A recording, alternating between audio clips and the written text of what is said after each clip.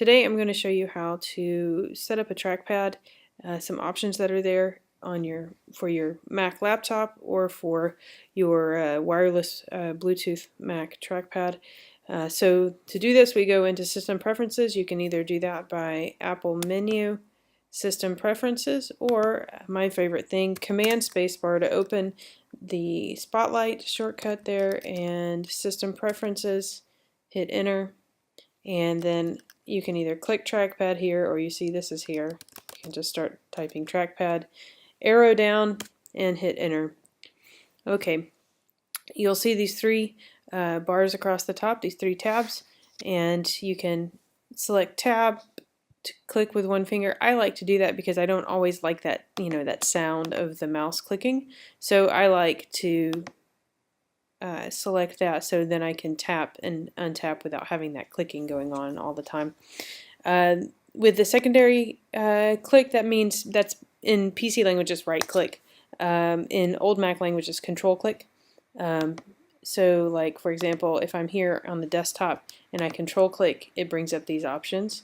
Or if I, because I've got it set here for click or tap with two fingers, then that brings up the control click or the right click basically.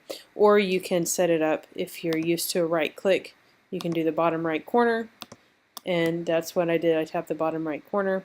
Or if you're used to, if you're left-handed and you like the opposite way of doing it, here you can just lower left-hand corner there.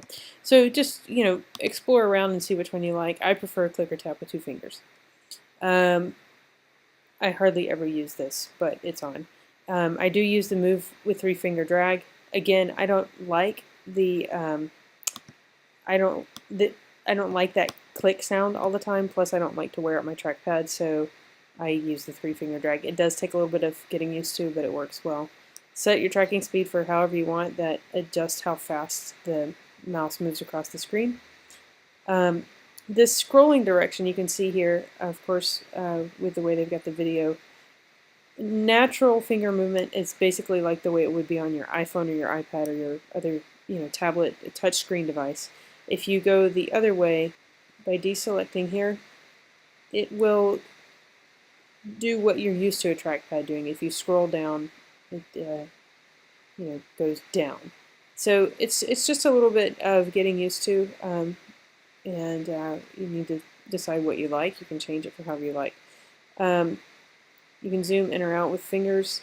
This is also, again, this is basically like what you're used to on your touchscreen smartphone device, on your iPhone, on your Android device. And Smart Zoom means that if there's like a text box or a photo, if you have the mouse hovered over that and double click with two fingers, it will zoom into that box.